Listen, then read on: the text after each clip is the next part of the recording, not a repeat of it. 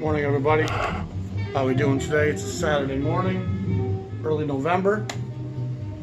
We're still waiting for the great democracy of America to sort out its politics and its election results.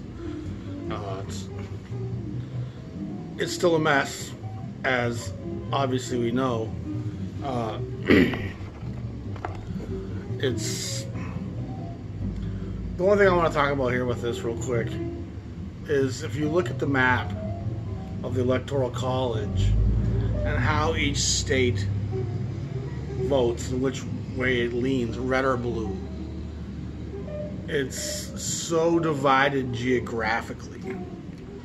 And for those who aren't into geography much or have much perspective on what the semblance of that is, the two coasts and the Rust Belt around the Great Lakes are where most of the big cities in this country exist, and it's also where most of the immigrants and the diversity are. So these are people who are well immersed into different societies and cultures and intermingle with each other and become quite comfortable with each other.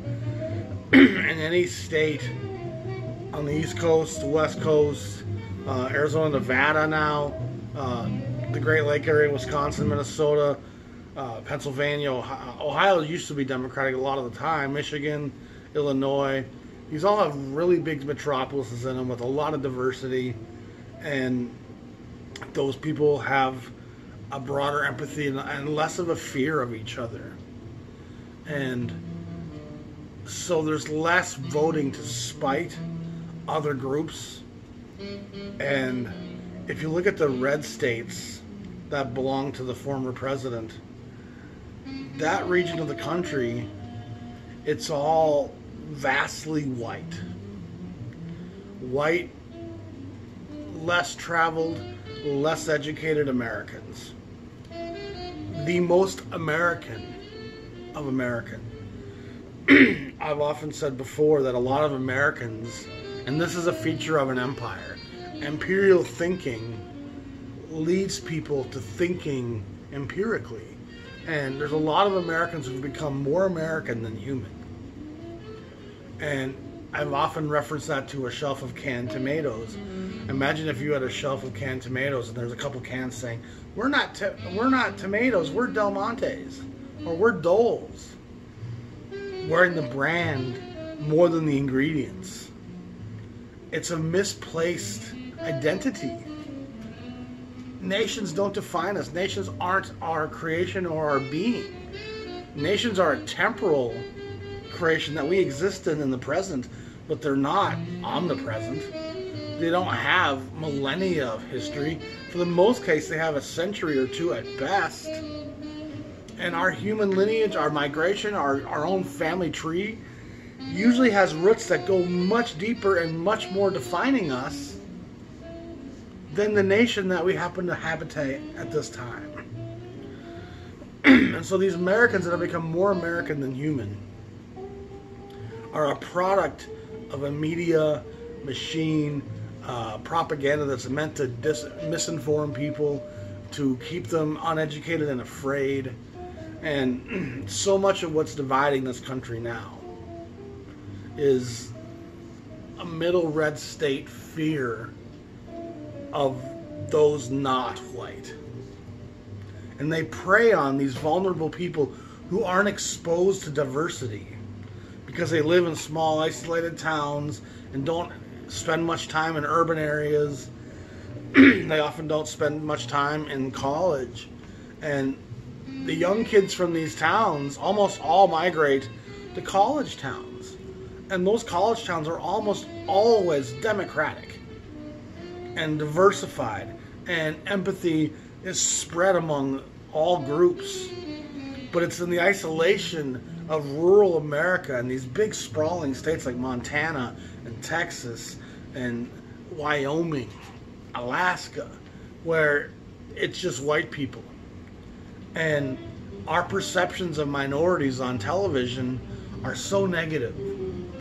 In our sitcoms, in our action adventure shows, in our police detective shows, on the news itself. We've learned black is bad, but dangerous. Don't trust the Mexicans. Watch out for the Chinese. Most Middle Easterners are terrorists. There's this disinformation that hinders people's clarity. And when it comes time to vote, they think they're protecting themselves by voting against the interests of those groups versus voting in their own best interest. And it's hard to argue that voting against a Democratic platform isn't in the best interest of the average person. Better healthcare, better education, better infrastructure. These are all important things that tax dollars that belong to the people should be coming back to the people in the form of services. And so all this talk of freedom and liberty, we pay taxes in. We should receive the benefit of those taxes. We should be taken care of. Healthcare shouldn't be something that we live our life to end up in debt so our next generation can pay off our hospital bills. It's a corrupt system, and greed governs the day.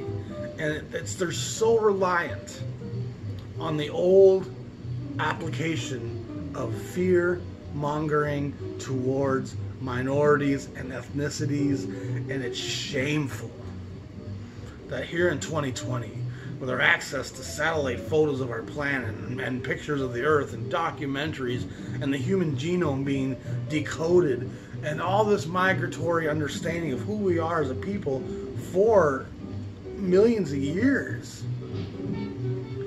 how can we be so willing to label my existence by one national marker? It's very deceptive. It's very a tool of the elite to maintain a status quo, and it just drives me nuts that people who live in such isolation and don't educate themselves are so vulnerable to the fear-mongering that the media pushes out there to create this virtual deadlock between the urbanized blue state coastal immigrant areas that are diversified and integrated, and not to say they don't have some problems, but for the most part, if you live around enough Muslims and blacks and Latinos and Asians, you get comfortable with that. It becomes normal to you, and you stop to see them as different, and you actually kind of learn to appreciate some of what they bring to the table. I really like halal. I happen to really enjoy Mediterranean cuisine. Mexican food, there's more to it than just Taco Bell.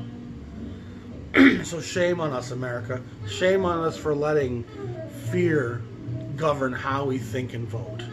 And there's more to it than that. Abortion's another issue that's just so dividing and so polarizing. And many people will vote purely on that platform alone. Oh, I want to vote for these people because they're against abortion. And that's no basis to make your decision on government of the world's most powerful empire. And you can feel how you want to about abortion. I'm not judging you. It's a tough issue. But you make that choice for yourself. If you're anti-abortion, great. Don't have one. Don't support one in your own love life. But for the most part, abortion should come down to a woman, her family, and her doctor. This is not the place of the federal government and the most powerful empire in the world to dictate this. And it's not being used because they really care about abortion. They're doing it because they know a large part of the voters can be motivated into voting a certain way on that issue alone. So they make it part of their platform. But if you think for a second the hierarchy in the Republican Party really gives a shit about someone aborting their child or not, you're absolutely mistaken. It's one of the great deceptions, and it's mind-numbingly obvious why they have that part of their platform. So you get out and vote. And they have their little church preachers out there confirming for you that it's a sin, it's murder, and so you're all militant and ready to blow up some motherfuckers to keep them from aborting somebody. And let's remember, the same people who are so anti-abortion are almost always very pro-war. If you don't see hypocrisy in that, you're a fucking idiot. Yeah, I said it. If you don't see the absolute hypocrisy of a party that's pro-war, pro-military, and doesn't mind killing infinite people on foreign soil, pretending like they care about your unborn child, you're naive. It's a tool. And to see this election deadlock, and to see how it's all been manipulated to have it be so close and so smoky, and the veil so unclear and uncertain, that we remain in this murkiness. And the divide and the polarity is so strong, because that's the point. That's what they want. They want us so divided that we never have a clarity of thought and a unity of base. All of which would be inconvenient to their agenda. I'm done with politics, that's it. But if you don't understand what I'm saying, look at the map, then understand the demographics of those regions, and see how much it's been set up and manipulated to polarize and to terrorize these groups of people and make them feel like they're outsiders in their own country. And the idea that white America is under attack is the most laughable notion ever. And if anybody's attacking white America, it's the policymakers who keep stripping your services away because you keep voting for assholes and greedy idiots. We've gone from a world leader in human rights and services provided to becoming a nation of tyrants and one of the biggest poverty bases in the world. You don't have to look very hard at the infrastructure of our country and the average populace to see abstract poverty, destitute people, a great degree of debt, a lot of unhealthy people, poor food choices and selections and options. They don't care about the American people. They just want to pull your strings once in a while to get you to vote for this deadlock of gridlock so that nothing changes. A fun record I'm listening to right now is this Dawn label, Tenors Anyone. It's a tough find. And the Kinnishay and the Zoot Sims comes from the Dawn sessions earlier on, from my understanding. And one of my friends on YouTube, on Facebook, said that Stan Getz and the Wardell Gray stuff came from some 78s that were recorded on the Seco label, probably in the early 50s. And so they coupled together these tracks from Kinnishay, Gray, Sims, and Getz. And it's a great little cover. It's a tough Dawn to find, number 1126, which makes it right towards the end of the Dawn 1100 run. But it's a fun record. Interesting for sure. Now I want to talk about one of the most important records in jazz history. And it's certainly a game changer. Charles Mingus's Pithecanthropus erectus. And let me tell you, we got some cavemen here in America with their values and their moralities and their not much has changed since caveman days in some ways, but this is 1956, and I think for a lot of people, and even myself, when I first heard this record 20 years ago, you hear a little bit of Pink Panther, you hear a little bit of swank, you hear a little bit of the avant-garde, you hear some swing, you hear a lot of different elements going on, but you don't have the perspective of chronology to understand its place in the jazz kingdom. And I'm here to tell you that this record is way ahead of its time. 1956, Atlantic puts this out, number 1237, which makes it the 37th release in the Atlantic 1200 series, which launches in 1955. And it's one of the first real hallmark releases of the Atlantic 1200 series. And it's just a brilliant piece. And like Mingus's other work, he loves to interlope between moments of great serenity and groove, and then watch it all kind of descend into a cacophony, into this blitzkrieg of sound where it's all falling apart and crumbling around your feet. And he repeats this over in a lot of his work throughout the years. You listen to Black Saint and the Sinner Lady from almost 8 years later, you'll hear a lot of the same themes. And out of this urban chaos cacophony here, it will soon fall back into a wonderful, blissful serenity again. It's really brilliant composition. There we are. We're back to the groove. We're back to some blues-based improvisation, sweet tonality, and it's eventually going to go back towards the edges of tonality. The sharper, the flatter, the dissonance, the screeching, the loss of time signature. It all kind of weaves back and forth. And I can tell you with great clarity, there's nothing on the jazz landscape in 1956 to compare this to. And from almost every vantage point, this is probably the first avant-garde session. Jimmy Joffrey's doing some stuff pretty early on, Tangents in Jazz, on Capitol of all records labels. But again, he's a white guy, so he gets away with stuff that a black guy couldn't do at Capitol. But this record is really a trendsetter, and it really kind of opens the door for a lot of what was to follow. Brilliant Corners by Monk is in the same area, same time frame, and has a lot of the same similar themes. But Mingus is definitely ahead of the pack here in terms of how he's phrasing his compositions and moving from a jazz, grooving, blues kind of driven piece into one that's, again, cacophonous and driven by arrangement. And he has a pretty brilliant lineup on this record. Charlie Mingus, Jackie McLean, J.R. Monteros, Mal Waldron, and Willie Jones. Willie Jones, the drummer. It's before Danny Richmond, I guess. But so young Jackie McLean's on this. McLean's got maybe a few sessions under his belt at the Ad Lib and Jubilee label. And he's probably got a record out on Prestige by this point. Does it attribute him to Prestige? Appears to say a Prestige record, yeah. So he's got probably Lights Out and maybe 4, 5, 6, or one other 2 sessions that are out of Prestige. But McLean's kind of the perfect guy to bring about what I almost said Ellington, what Mingus is trying to accomplish here. McLean has a real sharpness to his tone. He actually plays kind of sharp a lot of times, and he gives an edge and a dissonance and an urgency to a lot of what he says.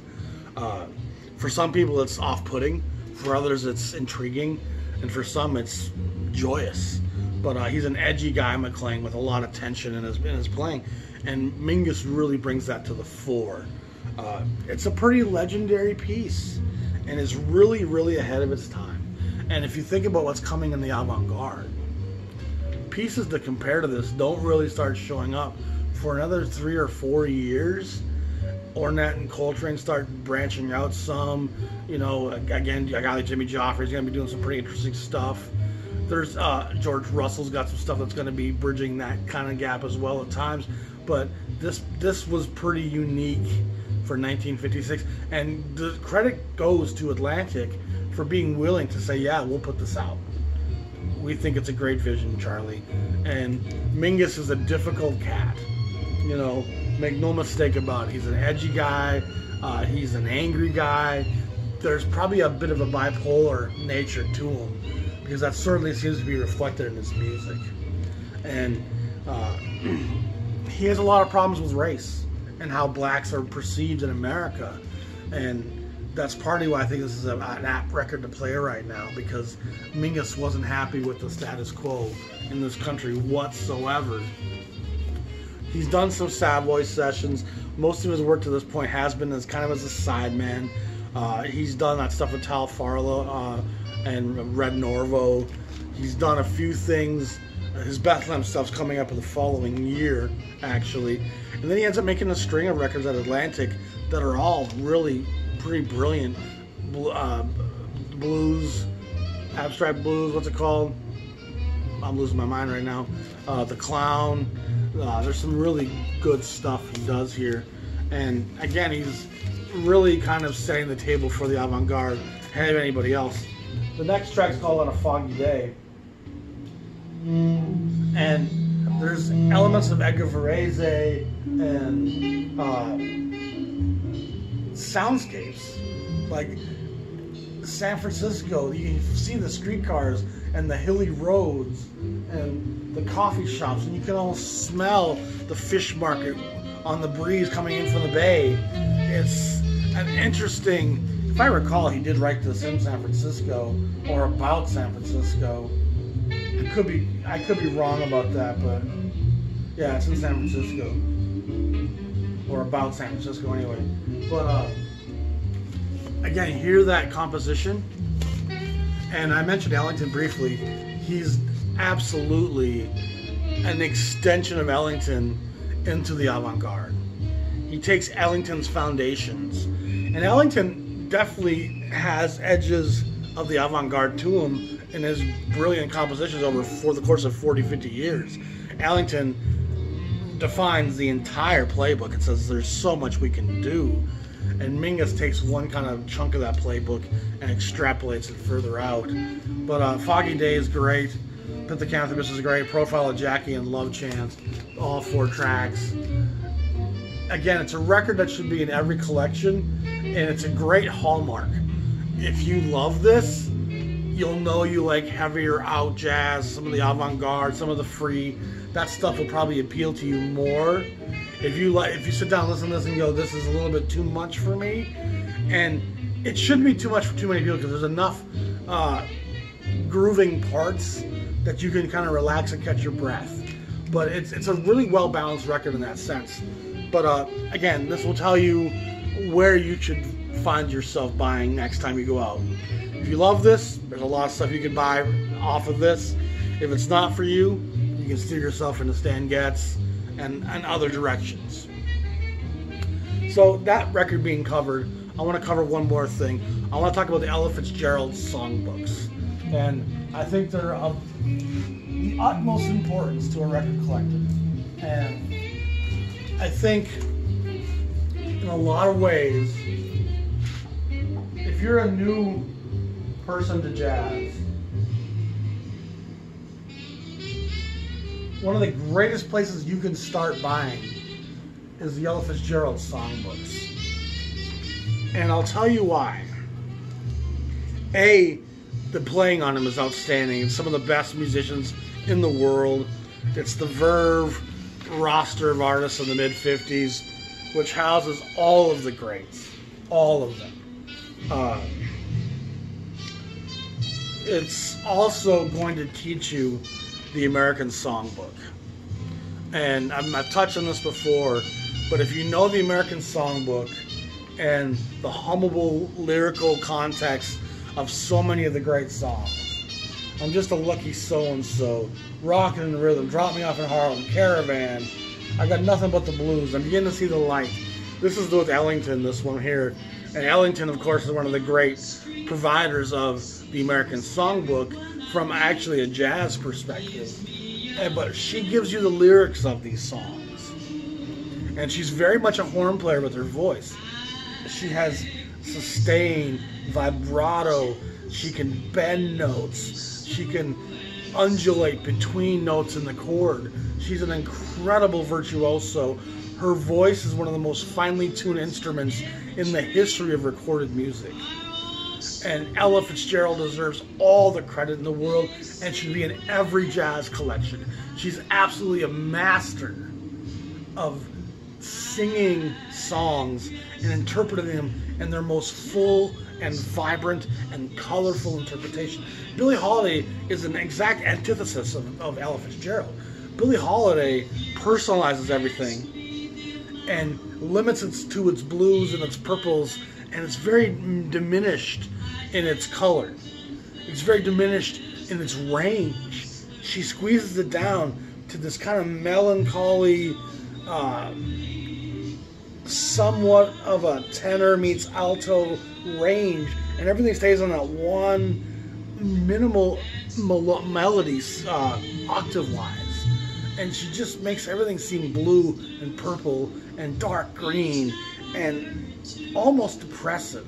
Almost there's a darkness to Billie it's powerful, but it's also dreary, and there's a certain exhaustion that you get from Billie Holiday because she's so pained.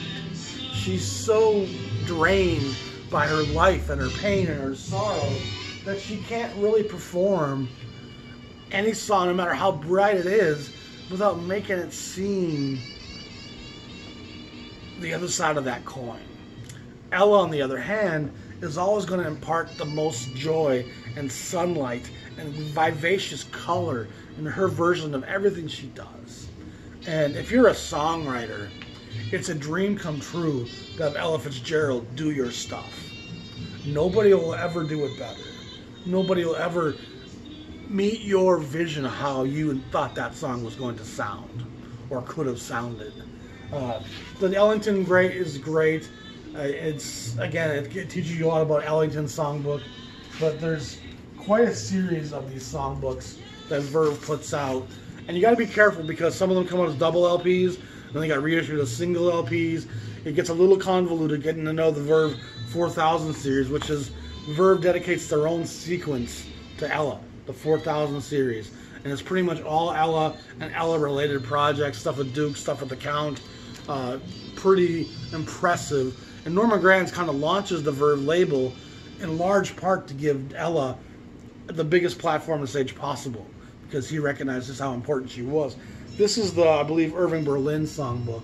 This is a double LP, probably 1956, 57, number 4019. A nice photograph of the great woman. And she's one of those people a bit like Armstrong where you have to kind of love her. Ella Fitzgerald with Cole Porter's songbook. And again, so Ace in the Hole, All of You, All Through the Night, Anything Goes, just one of those things, Let's Do It, Love for Sale. There's just track after track on here. I Love Paris, I Get a Kick of You. On the Irving Berlin book, there's All By Myself, Change Partners, Cheek to Cheek, Heat Wave, How Deep is the Ocean, How High is the Sky. These are all songs that even like guys like Sinatra and Dean Martin do. You know, they're very ubiquitous tracks that everybody kind of sort of knows. And Ella gives you this great rendition of all of them. And then when you hear them being performed by jazz musicians in smaller combos without the vocals, it will help you understand what those players are doing. And this is, of course, the Rodgers and Hart songbook, another great cover. And this has Isn't It Romantic, Bewitched, Blue Moon, A Ship Without a Sail, Spring is Here, The Lady is a Tramp, Manhattan, Here in My Arms, Have You Met Miss Jones? Again, just song after song that are going to be heard throughout the jazz kingdom. And truth be told, is you can have these Ella Fitzgerald songbook records for pretty reasonable money. I'm guessing you can go on Discogs right now or eBay or go to your local record store and you can probably find them from $10 to $40. And I highly recommend you grab them. They're very informative, they're very educational, and they're super enjoyable. You can't put Ella Fitzgerald on in the morning and not hear songbirds singing in your home. She's a songbird. She's a thing of beauty. Gershwin, of course, is the last one I want to show you. And the Gershwin stuff comes out in several different formats. And I have it in several different formats. But I'm going to show you the Bernard Buffet covers, which they got issued with. And he's obviously he's a painter. I think he might be French with the name like Bernard Buffet. But this is Ella Fitzgerald Gershwin Volume 4. This is Volume 3. Volume 2, Volume 1, Volume 5, and again, Embraceable You, they can't take that away from me. Boy, what love has done to me. Funny Face, But Not For Me, The One and Only, Let's Call the Whole Thing Off, Oh Lady Be Good, Things Are Looking Up. It's wonderful. The man I love, someone to watch over me, looking for a boy, a foggy day, clap your hands, strike up the band, I've got a crush on you, I was doing all right, the love is sweeping the country, slap that bass. It's just track after track that are important parts of the jazz kingdom and the jazz songbook. And the American songbook is the source of much of the jazz kingdom. Composition doesn't really come into play outside of guys like Ellington much until the 60s. And it starts to show its face, and it starts to change the face of music itself as jazz becomes more and more composed and they move away from the songbook. But it's actually, to me, it's a wonderful thing hearing the great jazz players take American songbook standards and put the blues and the black expression and the black groove in the pocket to these tracks and essentially remix them to make them danceable, groovable. You know what I mean? Make you tap your foot to them. That's the essence of what the blacks were doing, making them sexy, sensual, powerful, danceable, movable. And that's what the remix is about. The modern electronic remix guy today wants to take a song by Adele and make it danceable. They want to take songs that are popular, people are going to know, but you can't really dance to it. And they're going to remix it to make it so that everybody can sing along still, but they can also dance to it at the same time. And that was the essence of what jazz was doing for a lot of its lifetime. So these Ella Fitzgerald songbooks are must-haves. They're very informative pieces, and they'll give you a lot of depth into understanding and being able to hear what the horn players are telling you. You know, and sometimes the horn player is very much interpreting the lyric of the song. And there's also some guys who are going very far away from the structure of the lyric in the song. Sometimes Coltrane will nail the lyric. Other times Coltrane will completely abandon the lyric of the song. So that's all important perspective stuff. And you should have it for that reason alone. And they're worth having because they're not that expensive. And the bands are always top of the mark. Your Johnny Hodges, your Lester Youngs, your Ray Browns, just you name it. There's so many great musicians on those records. They're absolutely must-haves, and you should never pass them up if you have the chance to get one for a good price. You shouldn't pay more than $40 for one, because you definitely will see them out there. I've seen enough of them in stores when I am shopping, that you should not pay that much ever. But great stuff, very important. Y'all be safe, be blessed. Let's hope for the best outcome possible. Let's move forward as a people and find some unity. We got to stop this divisive ugliness between us. You know, there needs to be a broader understanding of how we can live and who we are. Peace.